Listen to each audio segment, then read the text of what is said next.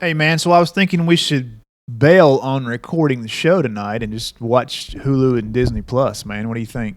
Well, I'm already about 3/4 of the way through Mandalorian. Oh, are you? How is that? Yeah, it's awesome. Love it. My son said it was great. Star Wars, man. Cool, Can't go dude. wrong. Awesome.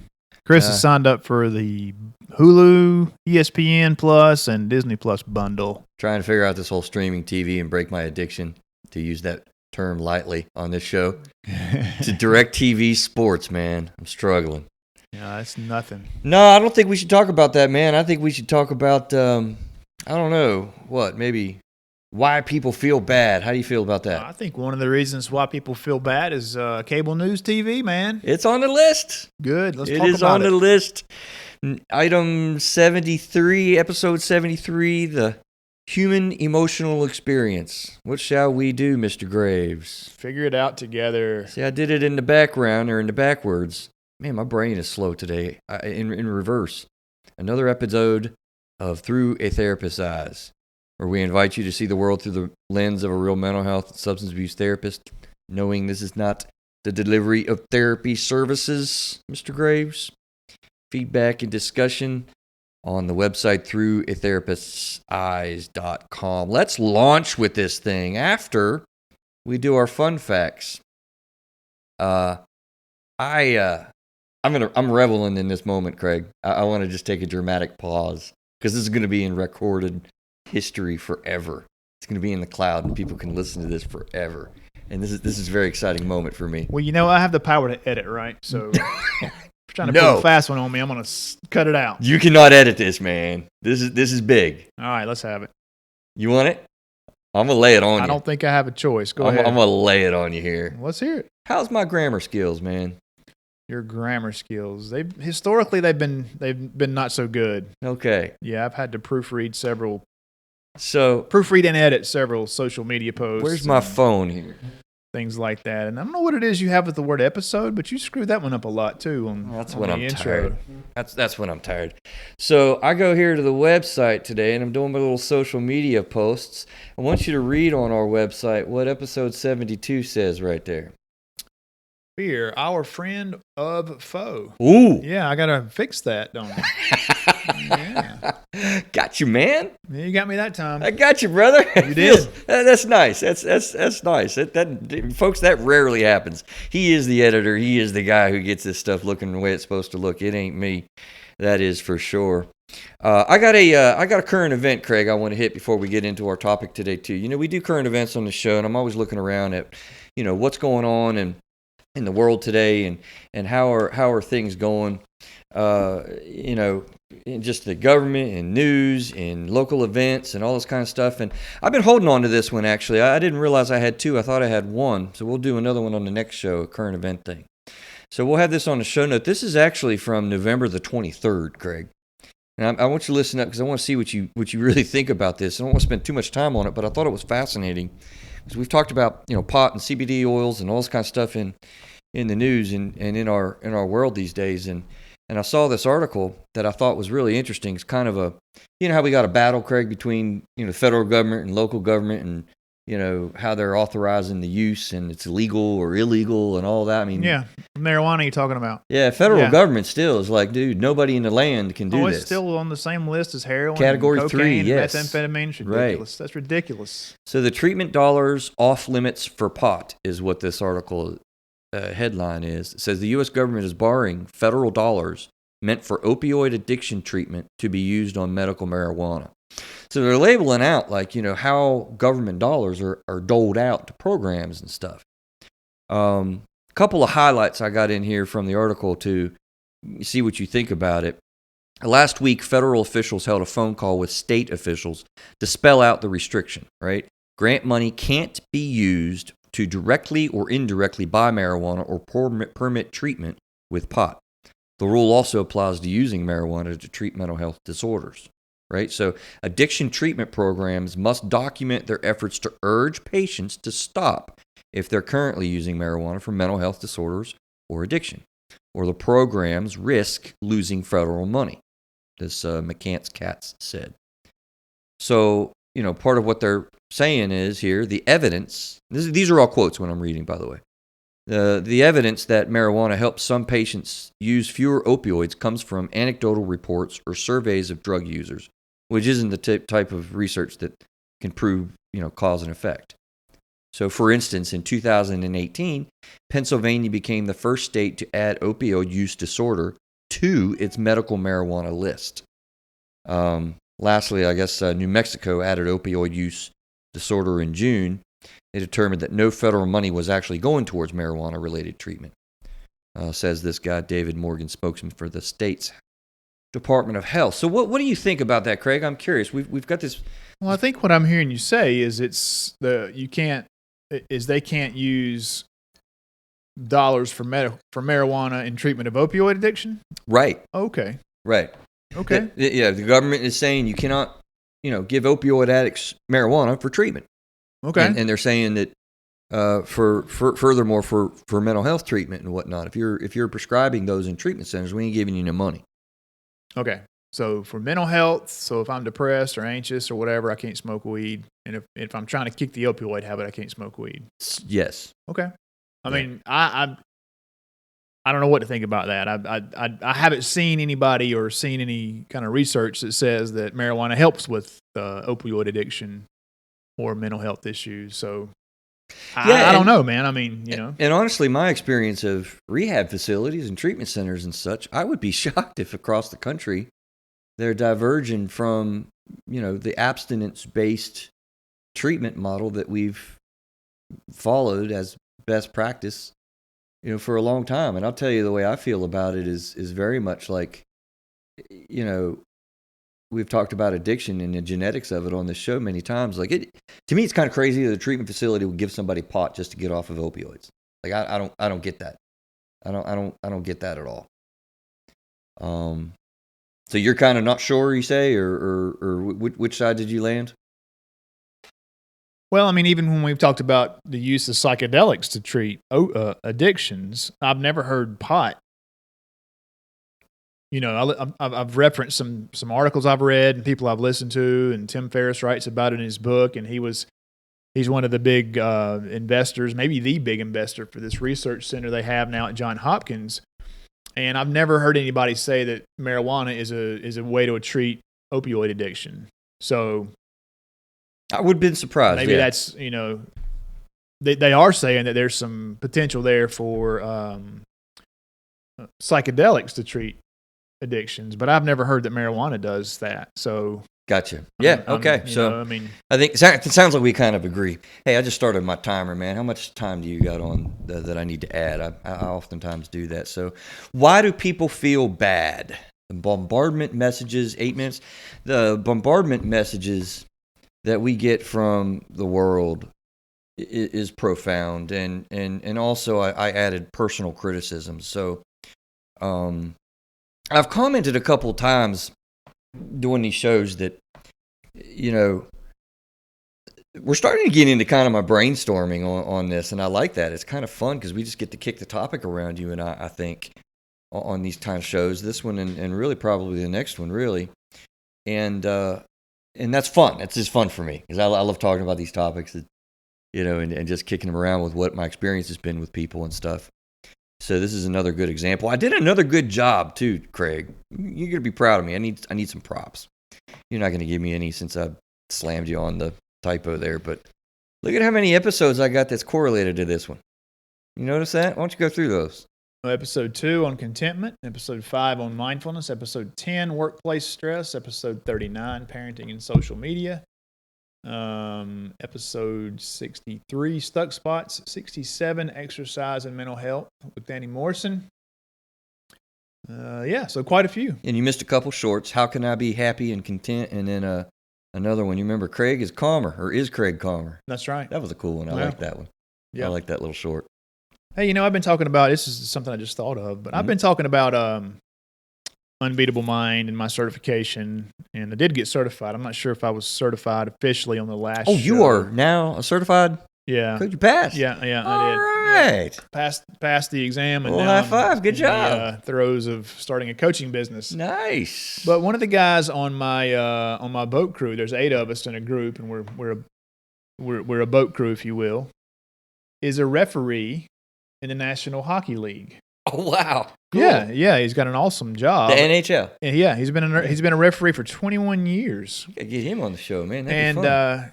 that might be a good idea. I'll see would. if he's interested in doing that. That They're would be in the great. throes of the season right now, so he probably won't have time. Yeah, he's busy.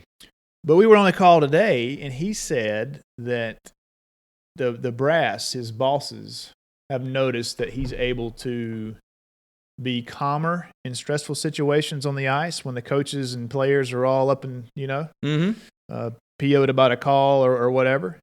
And they've noticed a change in my friend. I'm not going to say his name because he may not want me to.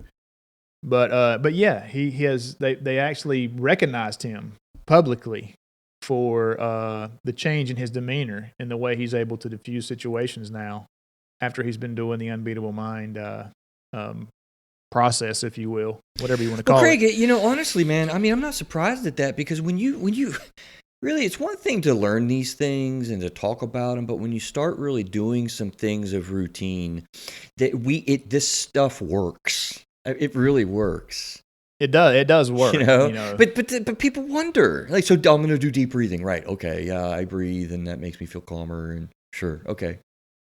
Well, have you spent 2 weeks in a row daily doing that and see really what it does? I mean, Yeah. I think we're going to get into that here, probably, right? If you're a little bit. I'm not sure where we'll go with this a little bit. We're going to move around, but Craig, listening audience, man, Craig is fully certified now, coaching in tow. So to get contacted with you and get that kind of going, Mr. Graves, is it time? Like, how would they do that? Yeah, just they can contact us. I'll put out some more information on ways to contact me directly, but you can send an email or use our contact form on the website through therapisteyes.com. I'm J. Craig Graves on just about every social media platform, LinkedIn and Facebook and Instagram. I don't really use Twitter too much, but J. Craig Graves, you can find me that way too if you wanted to do that. Yeah, contact at therapisteyes.com for now is a good way. Yeah, it'd be a good way too. I'm sure you'd be happy to forward me any emails that come in. I would. I do get them first.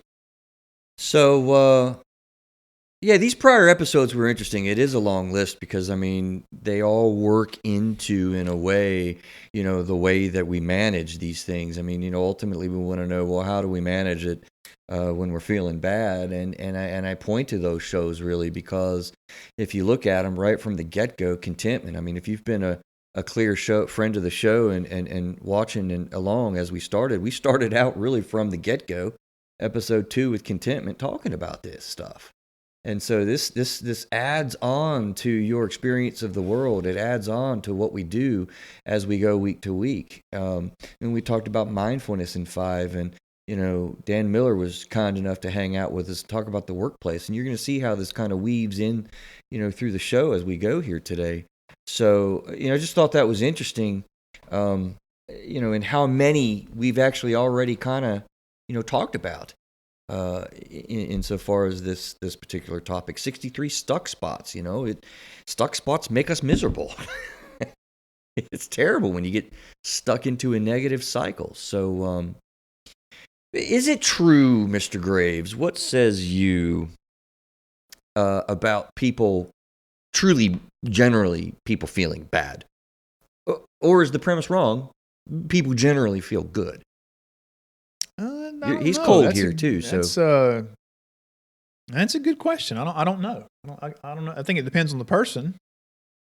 I don't know, man. Right? Just take it 51 or 49 and down, right? So 51 and up. We've talked before about people probably are inherently negative when it comes to their thinking, right? and stuff like that. So I don't know, man. I think maybe most people do have some shortcomings of some kind in that category. I mean, 100 would be happy all the time. That ain't happening. And 1 is negative all the time. I don't know if people are above 51 generally, or generally they're 49 and lower. I don't. Yeah, I don't know, man. I think it's an interesting question. Do we have this range of like 40 to 60 generally? At best. Yeah. At best. Yeah, I would say so. Like super happy people are only happy like 60% of the time. That's what we're playing around with maintaining. Yeah, that's a good point. I don't know. Yeah. It would be fun to do some research. Researchers out there, get busy. So I just posed that question. Is it true, that people generally feel bad? And if that's not true, it's certainly true. No question that we all feel bad a lot of the time. Can we say that? So this is a show that arrives to be talking to everybody. Real quick, the list of culprits. I just brainstormed them. As far as why generally people feel bad.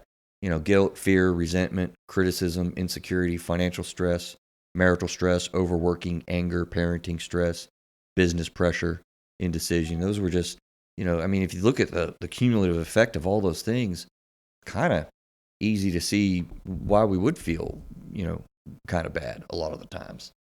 Yeah, there's a lot going on there. How many is that? That's a bunch. Yeah. I was just thinking as we looked over this list, I'm not sure where you're going to go with this list, but 12. Dude, we've done shows on just about every one of these issues, and we've given ways to overcome these things, right? I think you're right. So I think if we live intentionally, then we can overcome these things and ultimately be happier people. I think so. Let's look at that, actually. I don't know where I'm going with that list either. I'm kind of more interested in number 2, and then I want to apply them into the different ways that the world affects us to tell you where we're going. But let's look at that. Have we talked a lot about guilt? I don't think we've done a lot on that one. We haven't done a lot on guilt, but we did parent guilt last time? We did. Yeah. We needled into we parent. kind of touched on it on parenting. Fear we just did. We all know that. Yeah. Resentments we sprinkled in. Yeah, resentments and criticisms, probably both, and maybe insecurities, not specific shows on those. We did a show on financial stress. So insecurities we hit specifically, and financial stress we did, and marital stress we did. Dude, I know for a fact that learning some basic financial principles and implementing those eliminate a lot of financial stress. And say that sentence again. Stress. I said eliminates it. Yeah. I have people tell me that they didn't know where their money was going before. Now they know where they can see where it's going. They've taken control of their money. I've got married couples telling me that they couldn't even say the word money without it being a fight, and now they can sit down and calmly have a discussion and do a budget together and agree on how they're going to spend the money that month and what they're going to save. And so I know for a fact that you can overcome financial stress in a lot of cases. And my wife and I believe very much in the Dave Ramsey programs, particularly what you're talking about. And interestingly enough, I don't know if it's been executed well enough, and how many people out there would say, I can tell you I have not eliminated parent stress, but the love and logic is much the same way if you really live it. If you're able to live it together, as a parenting couple, that love and logic is really comparable to financial peace. How's that strike you as I say that? I don't know much about love and logic apart from what we talked about here, but that sounds good. Yeah. Maybe I should sign up for that. It's a strong thing. I would really actually very much urge you and anybody else listening, you get a chance to go to a conference. You can't just get a little snippet somewhere and, kind of get their concepts, because it's like financial peace. You spend 8-9 weeks drubbing through that, and 12, isn't it? Yeah. To really get the full dynamic, the full experience of it. It's not just a fact. It's that tacit learning, right? That understanding process of how it works. The same thing with love and logic. Go to a conference, a whole day conference. Why do you think parenting is such a stressful thing, man? I know kids are doing their own stuff, but maybe a 35,000 foot view. 35,000 foot view. I think it's because we really get power struggles are enemy number one to parenting, is my quote that I've said 1,000 times. And I feel like we get the wrong mentality to tell our kids to do rather than teach them or let them learn. Yeah. Yeah. And I'm, dude, everyone listen, I'm one of the biggest, guiltiest parties of that. Oh, I think we all are, I'm terrible about that. Too. I was talking to a friend of mine today, and he said that he's a former law enforcement officer, and he said that he can deal with a drunk or somebody who's unruly, and he can calm that situation down and be fine, not lose his cool or anything like that. But he comes home to his young children, and he's struggling with getting frustrated and stuff like that. I'm like, why do you think that is? And he's like, well, with those perps, there's nothing. I don't have anything invested in that. Right. But with my kid, I'm trying to teach them, and I want them to grow up to be, contributing to society, adults, and Care a good, lot. good people. And he said, I'm vested in them. And man, when they mess up, man, it just, am I doing the right thing? So I think that's a lot of stress that we carry is, are we raising, are we doing the right thing? And I think that's internal, but I'll just take that for the purpose of our show today and spin us into the direction of, we do that internally, but we also get bombarded from society on that. I mean, that's one of the areas that I think I didn't. I think I was looking at this today, Craig, and I was looking to add to it, and I'm like, man, that's going to be too much. But family and parenting stress is not one that I listed on here, but we get bombarded from society about how to be a parent. Mm-hmm. I mean, we talked about that with parenting. Yeah, I think it's one of the most criticized, if not the most criticized, group of people like ever. Mm-hmm. Ever. It's terrible what we do to parents. Well, it's terrible what we do to ourselves. Yeah. We talked about it with parent guilt. So let's go here with the second item here and just list down is it true that people are happy more than they feel bad was the question here, and then we'll stop at the midpoint and apply these to the world, because I thought this was an interesting brainstorm list too, in how we go about this, right? So there are certainly people that are more happy than feeling bad. Well, what is it about those folks that they've done that? Here's my brainstorm list, and then we're gonna maybe apply this list here to these different areas of the world and what they do to us, right? So people are feeling more happy than bad, likely have a few things in their bag of tricks, right? So they might be, number one, keeping things in perspective and getting grounded. Two, knowing that things go up and down, so not getting too down with the downs and too up with the ups. Three, feeling good about themselves, like they generally just like themselves, but let's be real, challenge the things you don't like about yourself. 4, understanding that bad things make good things good.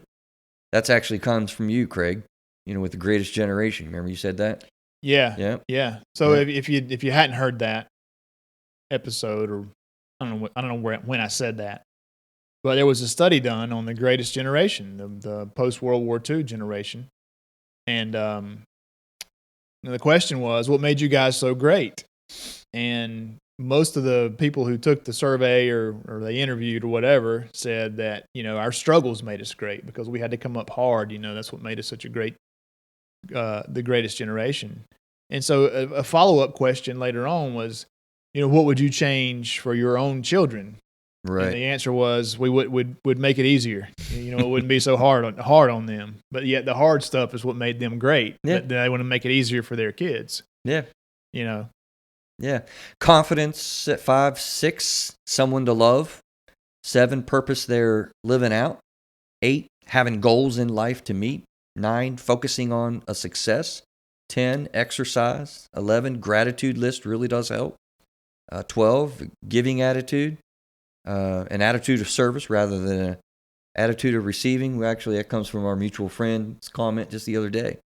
13, got through tougher times than what it is now, and realizing that. And 14, having higher levels of honesty, or basically a genuine attitude, so they hide very little. So that's in my brainstorming, snap list of things that, do these people that generally feel good have these things in common? I don't know if I want to be on the first brainstorming list or the second brainstorming list.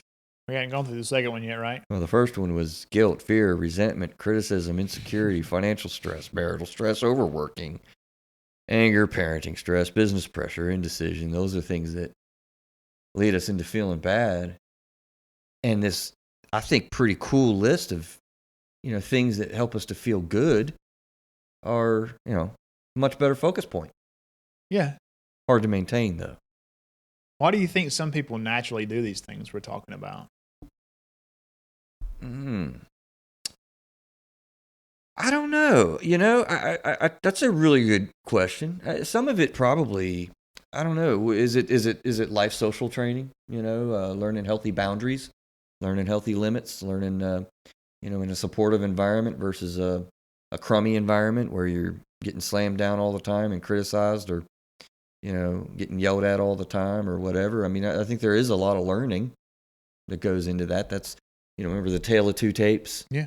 The biological component on one side and the social and emotional component on the other. Well, in therapy, we're looking a lot at the social and emotional component. So I think that's a big piece to play. Yeah, some people just seem to get stuff like this naturally. Mm-hmm. I mean, you can become this. Exactly. If Chris just read that list, if you're listening and you say, I'm none of those things, I guess I'm going to be a curmudgeon, unhappy person the rest of my life. No, that's not the way it is. You can change. You can make choices. So it's not it's not the way it is. But some people seem to pick up these things naturally, and others don't. I think you're taught either by your social learning or maybe your purposeful exploration. I don't know. I think we've talked about this before, but you can have kids grow up in the same household and they're completely different kids. Yeah, one of them's a miserable. There is that biological side. Sometimes that really does. I mean, you guys hear me talking about, anxiety as a condition, not just feeling anxious. Well, I mean, there very much are real things that pull you away from, a healthy track. Yeah, and emotions are a big piece of that. Yeah. And it's like, some people just get things naturally and others don't. Like this Unbeatable Mind program that I'm going through was developed by a Navy SEAL. And, the Navy SEAL dropout rate is like 85% or more. I mean, it's not many guys have what it takes to get through that. And so I think I've referenced that study. They asked these guys that made it, how did you guys make it? And the one thing every one of those guys had in common was they break it down into small chunks. They're not looking at training being that long. But so what makes those guys get that while everybody else looks at it and fails? It's always fascinated me. It is fascinating how people are wired differently, and some people seem to get things and some don't. And I think I would argue that at some point in their life, they learned that. Maybe they had a fourth grade basketball coach that said, "Look, this is really important. Let's win this game. But all we need to do is win this next minute. Stop thinking about the end of the game." And that made an impression on them. Could be. In the fourth grade. Yeah, could be. It is, you pick things up like that, and you do get to choose which ones you listen to, because you might have that fourth grade basketball coach that says, "You guys are awful. You can't even dribble a basketball. What are you out here for?" Yeah. Which one is more impressionable? You're probably getting a lot of both throughout life. Yeah.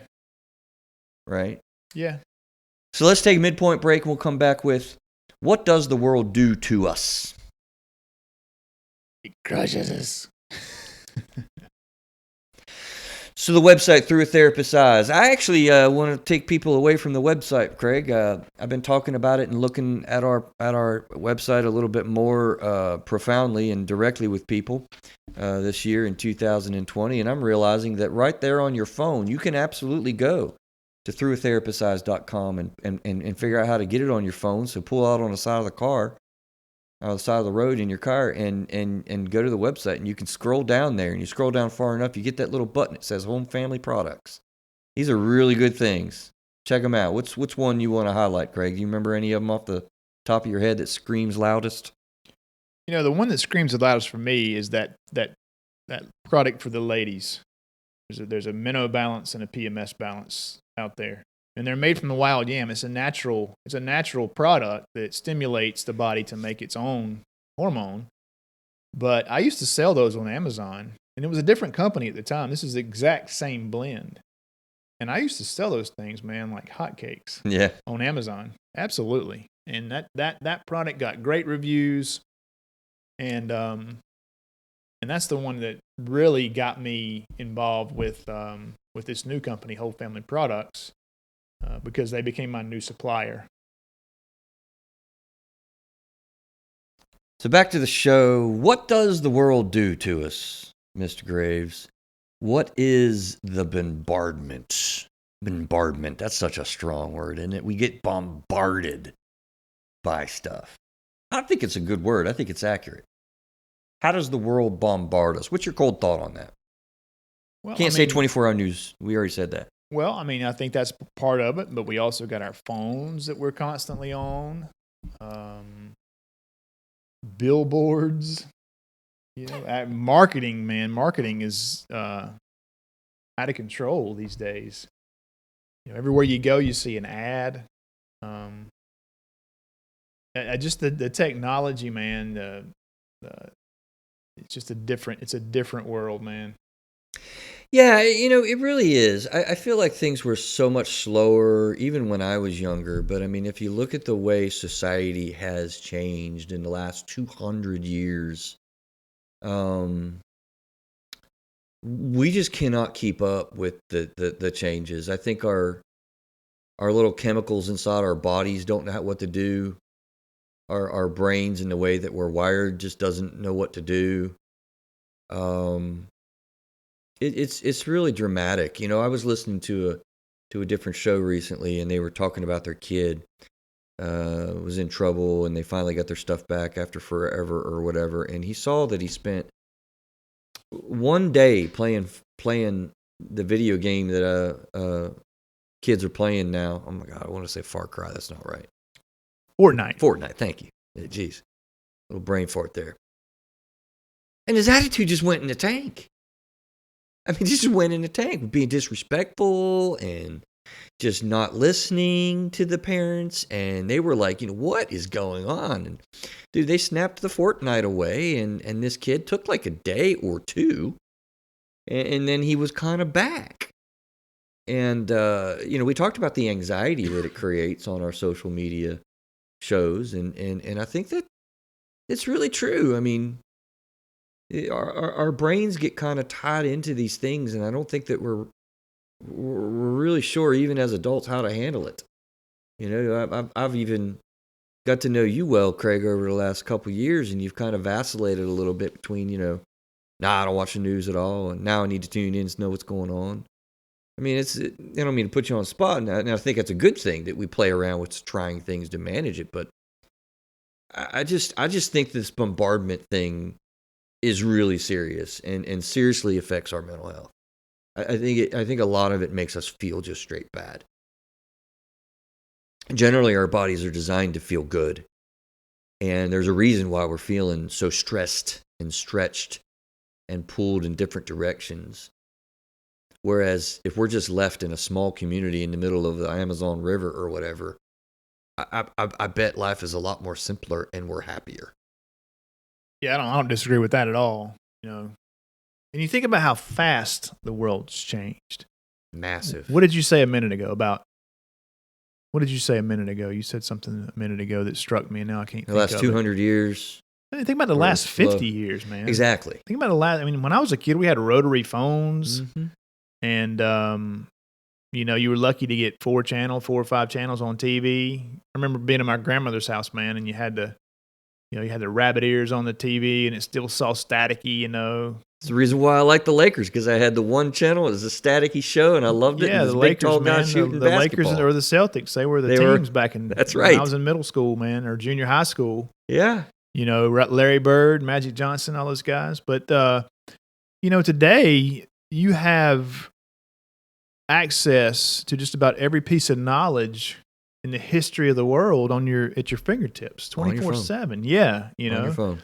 And you think about the changes that we've had in the last 20 years, and we're still basically. I read somewhere if you look at it from a evolutionary biology standpoint or whatever, the human being hasn't changed in the past 10,000 years. Exactly. I think that's the point I was getting at. Yeah. I don't think our bodies and brains and chemicals and feelings, emotions know what to do with all that. Yeah. And if you think about how fast, I think when my mother was a kid, they had an outhouse, dude. Really? Yeah, my mom's 70. I think when she was a kid, they had an outhouse. Holy cow. And you think about things like how we are now, and it's just it's amazing. It's a bombardment. Yeah, it's a bombardment, and the world does it to you without realizing. I mean, technology. My friend, my close buddy Adrian. He was on the show, and he made the point: technology anxiety. Right? Technology is good. It gives you a bunch of choices. What do you do with that choices? How do you feel really? What does your emotional system do with the plethora of choices that you're afforded? And I'm not saying let's regress back, but I think we've got to be aware of feeling bad and how the bombardment attacks us. Yeah. I mean, if you could choose between strawberry, chocolate, and vanilla, and you choose one, you're used to making that choice, and then you put it into a time machine, and I sit you down at a table and I say, all right, You want toffee? You want chocolate coffee? You want chocolate strawberries, vanilla? Do you want creamy vanilla, soft vanilla, hard vanilla? Raspberry vanilla, mint, chocolate, raspberry mint. Which one do you want, Craig? Mint chocolate chip, please. I mean, you're going to be sitting there looking at me like I'm crazy. Yeah. Just give me vanilla. That's enough. So let's look at a little bit at particular. Where are we at? How we want to go about this? Hey, we're excellent here on time. I think, Craig, what I want to do is let's look at these 4 areas that I kind of looked at, and then I want to apply, the nice positive list that we just had to each one of them and see what we come up with. Sound like okay to you? Yeah, that'll work. All right. So this is just my brainstorm on, what does the world do to us? What is the bombardment? Well, it's well chronicled. You're not going to be too surprised at any one of these, but let me say the 4 of them I came up with mostly. Social media effects, 24-hour news and fear, business pressures, and then just bad events in our life. So I kind of left out the parenting and family. I think I wanted to add that, and I might just have forgotten to go back and do that this afternoon. But so we're not going to talk about that, which should probably be on our list. But social media effects we've talked about. But I thought about, actually the way I started developing this list, I started listing them 1 through 5, and then got to like 7 or 8, and I started realizing, wait a minute, these are bunched together a little bit. So I changed it and came up with these smaller categories. Then if you look at each one of them, underneath each one, I think you can see how they kind of line up together. So under social media, it occurred to me that we pine for the past, we triggering the glorification of what really probably wasn't really that great. Based on current regrets, right? So pining for what we used to have and glorifying it and creating regrets. I think social media can really do that. All right, so explain that one to me. Well, on social media, you look at the past and you take pictures up of things and you look at relationships that have long gone and you recover and that gets kind of glorified.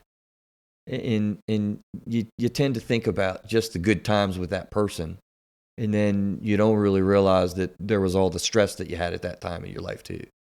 Like I might look at some pictures of old buddies and that was in the band, and I might think about, oh man, that was I really pined for those days. That was the glory days for me, man. It was competitions and that feeling of being on the field and playing my trumpet and doing company fronts. I think I talked about it on the show actually at one point. You play trumpet? I did. Oh. I did.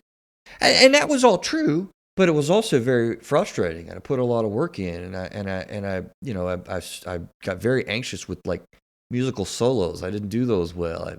I was so upset that my buddy was first chair, and I could never break first chair. Man, I was always second chair. Like and the competitive frustration of loss with that. It wasn't all honey and sweet. It was a lot of struggle and challenge, which is good. I learned a lot through all that. But you see what I'm saying? I could just glorify that and say, well, life sucks now. I'm not in a band anymore. I don't do anything fun. I don't have any competition. I don't really have any friends. I'm not really doing much. I'm just... Okay, I think I see what you're saying. Yeah? Yeah, I think I'm with you. We only show our good moments on social media. We only see other people's good moments on social media. I'm not going to spend a lot of time there because people have talked about that. And I think everyone in the audience is like, yeah, of course. Good old-fashioned comparative self-critique. You see that stuff, those good moments in those people, and you tear yourself up. I'm not as pretty as that person. I'm not as successful as that person. I don't have that vacation. I don't have that car. All of that bombardment is brutal. Yeah. You really can't look at social... People do that. I mean, it's a shame they do, but you really can't look at social media and see where somebody's at. No. You really can't do that. But you think you do. You think you are. I think people really think they don't realize. Well, look at that guy. He's on vacation. He's driving a nice car. And I'd like to be on the beach right now. Doing this and that. And he's probably $100,000 in debt, I mean... That's the truth. It really is. I mean, think that we're learning that, but I don't think we really get it. When we're sitting there scrolling our thumbs on the pictures, we're not feeling that way. We're generally scrolling the pictures on the thumb, feeling, oh, wow, my kid's not getting the A's. They're getting D's, and maybe be excited if my kid got a C. When you're looking at the award for, the whatever scholarship at Well, Yale, I'm happy, some I'm kid happy got. for those guys. I am too. I mean, But you get bombarded. Yeah, you do. Number 4, jealousy hits you. And then I thought with social media, competitiveness, which is part of us, for sure, women and men, believe me, women can be competitive. I get it. Right? Oh, I get it. Yeah. Yeah. But we're competitive against unrealistic expectations, completely unrealistic realities that we're looking at. So this bombardment of social media might be interesting to ask you to rate them by the time that we're done, Craig. 1 through 4. Which one is more powerful? So be thinking about that. There's a pencil. See if you can play along. Comments before we go on to the next one? I was just going to share something I saw the other day. So we've talked about social media and its effects on children, and kids getting upset because a post didn't get enough likes or whatever.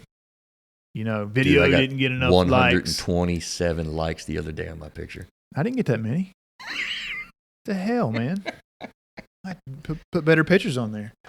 But seriously, I picked up my little girl the other day, and she's got an Instagram now. We keep an eye on it, and the TikTok, the little TikTok app. That's a pretty cool app. Those kids are artists when it comes to like making little videos and stuff, man. I'm like, that's pretty dadgum good. Yeah. But anyway, picked her and her friend up, and we were driving home, and a lot of times they talk like I'm not even in the car, and they were talking about different posts, and they were actually disappointed that some pictures or videos they posted didn't get a lot of likes. And I'm like, right. Well, I tried to, I obviously now you're kicking into the conversation. At that point, I got involved with the conversation, but I actually witnessed some of the things we've talked about. And those kids, those little girls, were like, some of these pictures didn't get enough likes, and they were like, well, I don't know why that one didn't get enough likes.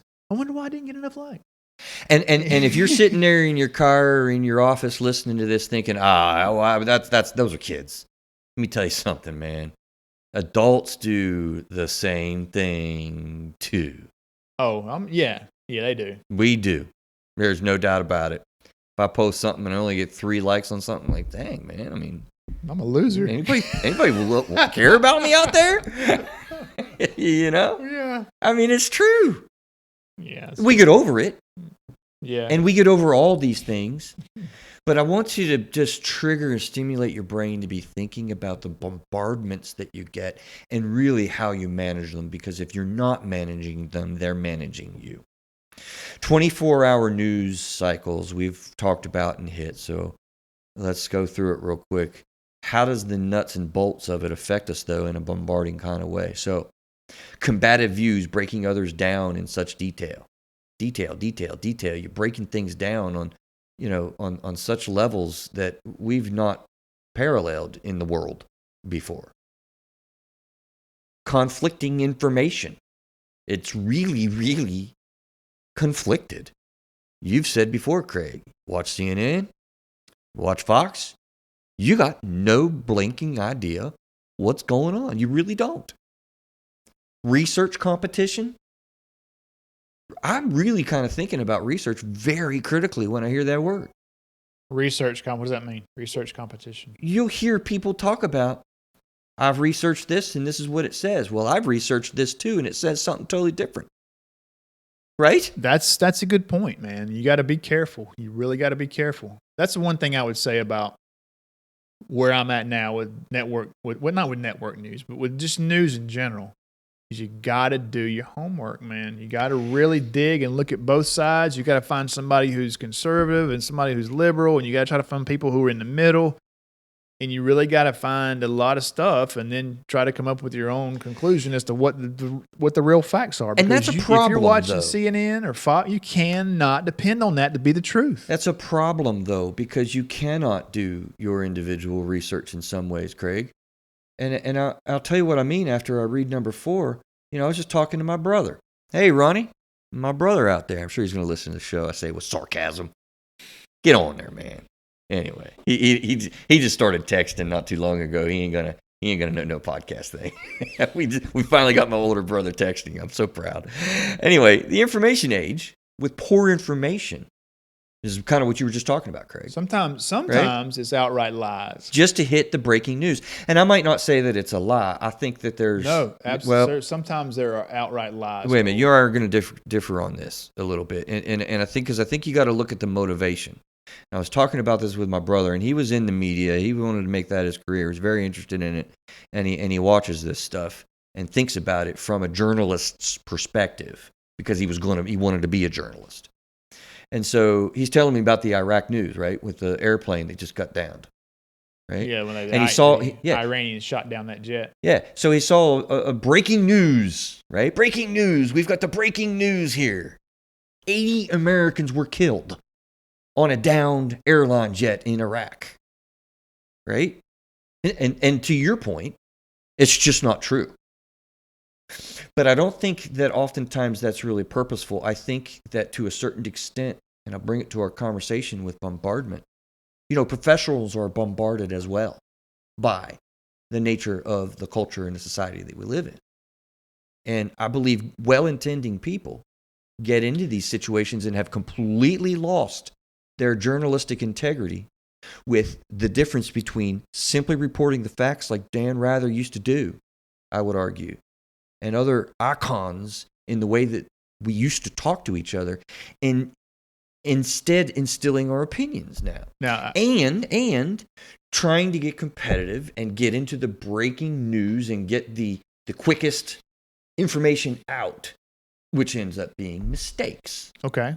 Right? I don't doubt that there are honest mistakes out there, but you just said that these people all have good intentions. I didn't say all. I said I believe generally people start their careers as a young, idealistic person wanting to. I'm sure they do good but media. At some point they become vultures and scumbags, and they're out there telling lies to support their view of the world. I mean, that Covington kid just sued CNN. CNN settled, dude. He got millions. You know the one I'm talking about? I do not. You saw where these kids got off the bus and there was this Native American protest or whatever going on, and this Native American man walks up to this kid. Oh, I know what you're talking He's 16 years old. This guy walks up to him. Yeah. And the kid's wearing a MAGA hat. So the media spins it to make it look like the kid was the aggressor. And he wasn't. He was not the aggressor. And he sued. He sued CNN, Washington Post, several others, and CNN just settled with that kid, man. And that kid got millions of dollars because CNN slandered him. Litigious society that we live in. In the cases against the other news organizations, the Washington Post, they're still out there. They're going to have to do something with those. Well, I just want to say, media it needs to be reporting facts and leave the opinions out of it to begin changing the bombardment that we get. But the problem would be that all the news outlets would be saying the same thing, and you wouldn't have that competitive edge. And that's the problem. I don't think that's lies or slandering or that type of thing. It's a unique problem that our culture and societies have never. I don't think it was as big a problem in the past. I mean, I've heard that Walter Cronkite was hugely liberal, but well, you had 5 channels. But what I'm saying is you've had 3 or 4 different channels in the past who've had news, but for a half hour a night. That's the way it ought to be now, I think. Right? Yeah. Exactly. You got to fill up 24 hours and you got to make up some shit. Yeah. Excuse my language, but you got to make up some stuff. Craig gets worked up with this topic. We're gonna move him on from this before he gets fired up even more. John McCain, before he died, said that Donald Trump's attacks on the media were the biggest threat to democracy today. I would say that the media is the biggest threat to democracy today. Yeah, I tend to be concerned about the attacks on the media.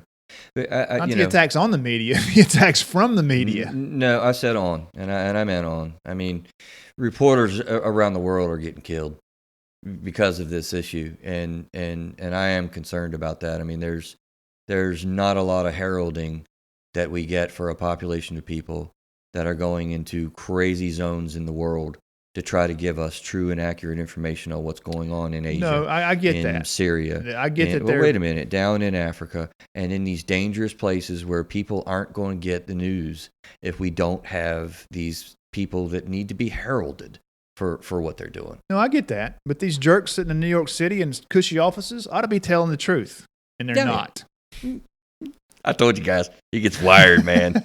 He gets wired. Yeah, Business pressure. Moving on. Here we go. Can we? In a bunker in Iraq, that's different. You're sitting in a cushy office in New York City in a high-rise, man. Tell the damn truth.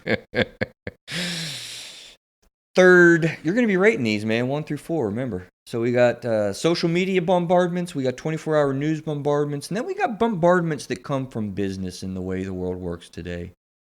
My brainstorm on what I mean with bombardment from business or our work life. You know, third world pressures to be rich. We are something like if you have, 2 toilets in your house, you're automatically within the top 1% of the world's wealthiest people. You think about that. Now, that's not fact, guys, but it is something like that. Say that again. I missed it. It's something like if you have 2 toilets in your house, you're like something like the 3rd or 1st percentile of wealth in the world. Oh, yeah. You're wealthier than 99% of everyone else in the world. Yeah. I mean, it's crazy. Yeah, I heard somebody say, Dickie Spargo, I think it was, he said that if you make $30,000 a year, you're a 1%er. Yeah.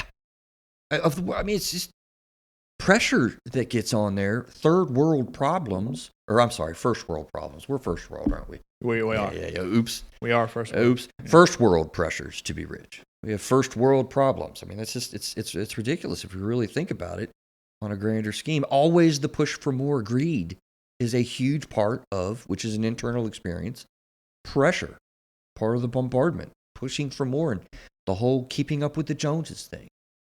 Productivity reviews, work performance pressures. You get that evaluation from your supervisor, like, oh, shaking, What are they going to say? Did I do enough? They don't want to, did I do something wrong? I mean, it's scary to sit down with your supervisor and get evaluated because you think you're going to get slammed. It's a bombarding strategy. Not intentional, maybe, but it is. Overworking to stay or to get ahead. You just circled that one. Yeah, you asked me to rate them. Oh, okay. Well, yeah, okay.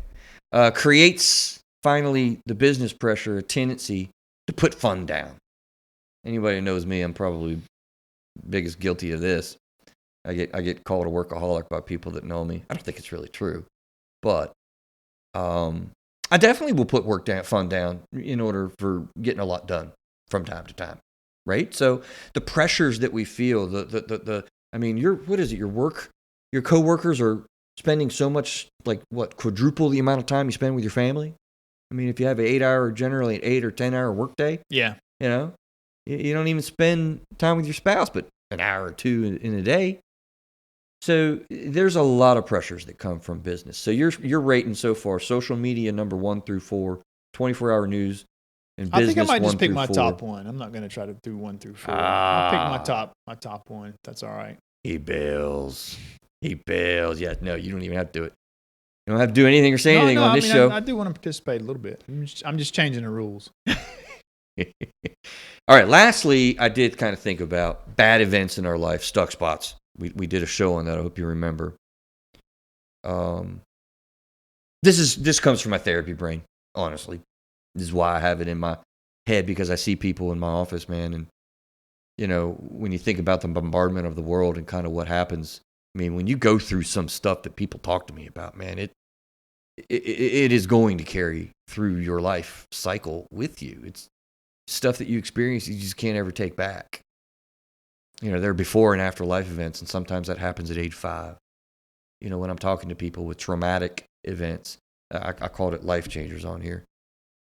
Bad life events definitely have an impact. I mean, you go through a divorce or a separation. I would argue that your life's never going to be the same. And it could be for the better, no doubt. But it's never going to be the same. And it can definitely be a part of, like, an example of an event that's huge in your life. I heard it takes 5 years to get over divorce. Is that Is that what you hear in the therapy world? We have a different mutual friend, actually, that I don't know in the therapy world, to be honest with you. I've never really heard anybody qualify it that way because it's so anecdotal. It's not scientific. But there was a 20% rule he talked about. You know, the length of time that you went something takes 25% of that time to get through it. Oh, I see. So right? If you were married for 10 years, then 2.5 years? Maybe, yeah. That kind of fits. I mean, it's not a minute. Yeah. It's not super quick.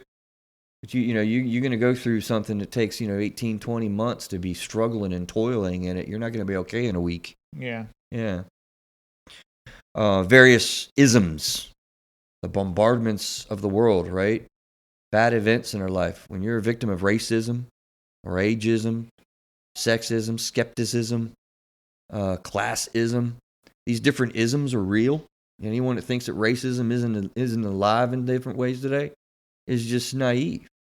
When you go through an event where you've been inappropriately treated because of your gender, that'll hit you hard. It'll get into your head. I wasn't planning on doing this, but just an example. What does he mean, classism?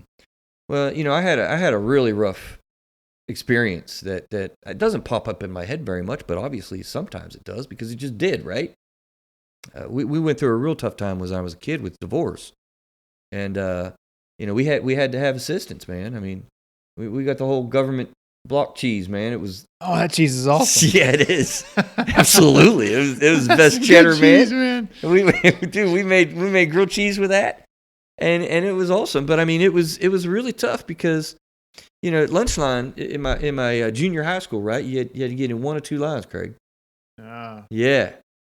And you know which line I was in? Yeah. Right? I didn't have to pay $1.55 for that lunch, and I got in the free lunch line. Yeah. Dude, lunches for that 2 or 3 months that I did that was mortifying. Yeah. Kids are horrible with each other too, man. I mean, if I really got into the emotions of it, it could probably bring me to tears. Yeah, let's not go there. Because I went on a bus at home, and some jackass little kid who was a year or two older than me, let's just say we did get into 2 or 3 fights, I won't lie. Really?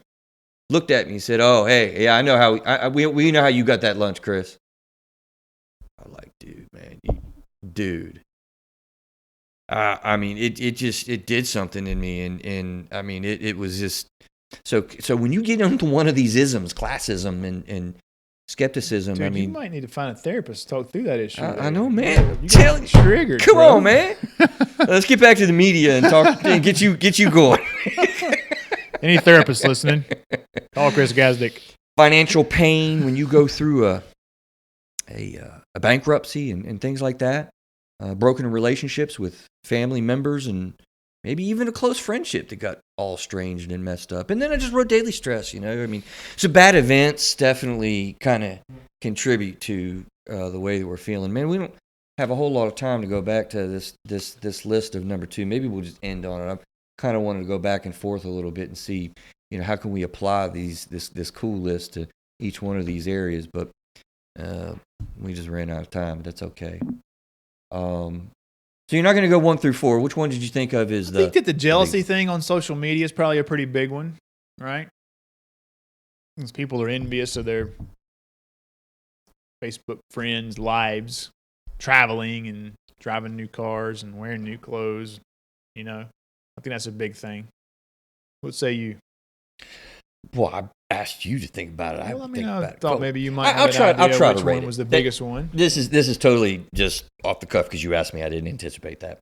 I'm kind of looking at it as social media, the biggest of these 4, 24-hour news, biggest of these 4, is business pressure, biggest of these 4, or bad events. I think I might go with business pressure. Oh, so you're saying... Yeah, just the grouping. I thought you meant each individual thing in the group. No, just the grouping. I want to say maybe business pressure. Let me go ahead and put myself on the spot, Craig. Let me finish this. I'll go 1 through 4. See, I'll play this back and be like, no, that's not true. So this is not pre-thought, guys, at all. Please know that. But I'm going to say business pressure, number 1, because work is such a big part of our life. And then bad events, if you have a significant bad event, might even be 2, because that's very intimate and personal to you, and pretty impactful. And then I think this is tough. I think I'll go with 24-hour news as the third, if you're engaged in it. But if you're not, then definitely social media. So those two maybe can be interchanged depending upon the person. Yeah, okay. That was tough. That was hard. That was not easy to do. Yeah, I'd say, okay. I thought you meant each individual item within, but you meant okay, so that's pretty easy, I think. So I'd say business pressure is the first one, too. Do you agree? You know, you spend most of your time in a work environment, and if your work environment's crappy, then that's going to have a huge impact on you. I would say probably, and maybe a lot of people don't watch news, but if you try to keep up with the news, it paints a very bleak picture, and it's hard to find out what the real story is. I mean, so that'd be 2. That'd be 2. Social media is probably number 3, but with that said, I would say that bad events in life could trump any of these, depending on the event. I mean, divorces are pretty tough if you've been through one. You know, man, if you have a child that dies, man, that's going to be the worst. But right. I mean, that's going to trump everything on this list. Right. You know? Bankruptcy, I've heard, can be devastating. That's under life events. You know, number 4 there under life events. So that might trump social media or any of these others if you've been through that. I think trying to do this myself just now, and then more so listening to you do that, I think what I would say is these are all 4 bigger items than maybe others that we didn't leave on, like family and parenting for one. But it's really individualized, isn't it? Like each person I think so, yeah. can have probably individualized. a different lineup there with a maybe an interchangeable wherever you put the numbers on social media and news. I mean, you know. Yeah, and I may love my job, but I'm watching the news when I'm not at work, and I'm like, oh my God, the world's coming to an end. But it is an interesting fact that we both kind of land on. And audience, I would ask you maybe to type in a comment maybe and kind of put which of the 4, you know, you really are thinking, because I'll just be curious about that, because we both land on business as number 1. And the reason I said that is because some studies show up to 85% of people are unhappy with their job. Yeah. God, if you're spending 40 hours a week in a job you don't like, that's going to have a huge impact on your mental health, man. We talked about that on the show with Dan Miller. I think it was number 10. So is it true that people are happier more than they feel bad? People that are feeling more happy than bad likely have a few things in their bag of tricks. Might they be: 1, keep things in perspective and get grounded. 2, know that things go up and down, so that not getting too down with downs and too up with the ups. Feel good about themselves. 3, really like yourself. And let's be real to challenge the things that you don't like about yourself. But 4, understand that bad things make good things good. Craig's comments with the greatest generation.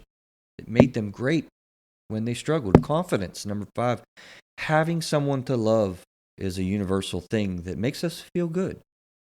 Purpose.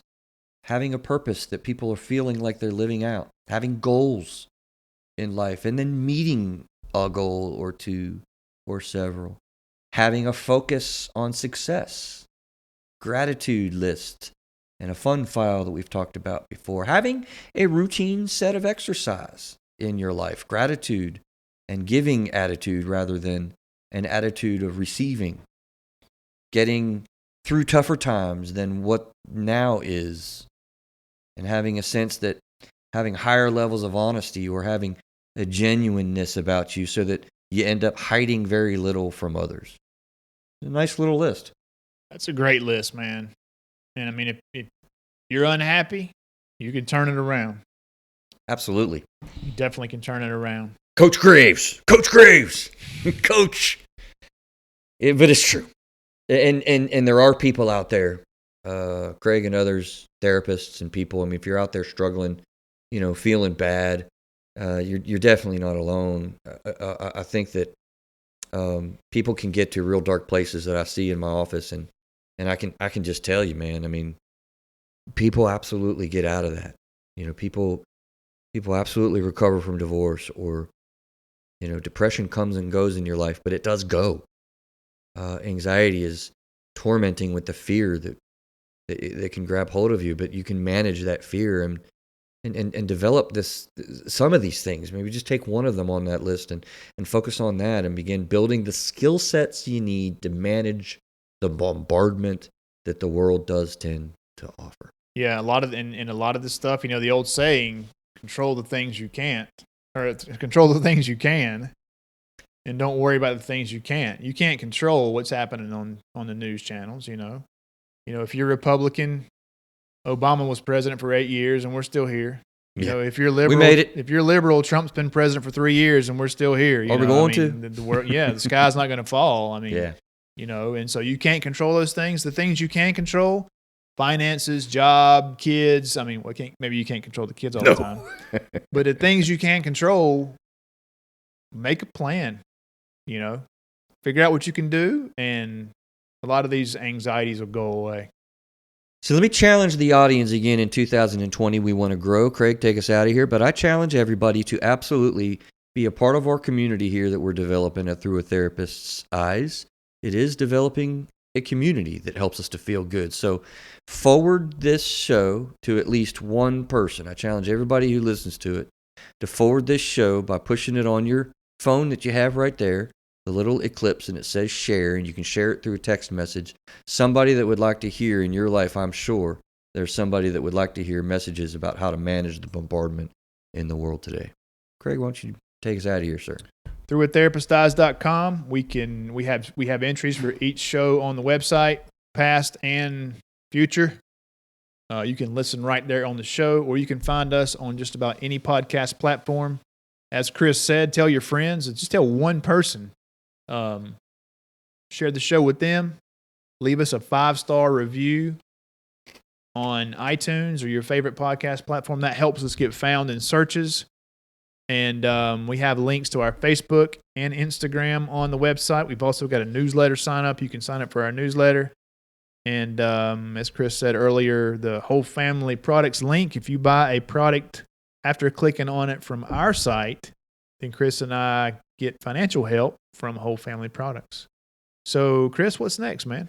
See you next week. We are going to hit the topic of close friendships, a question that a client asked me in my session not too long ago.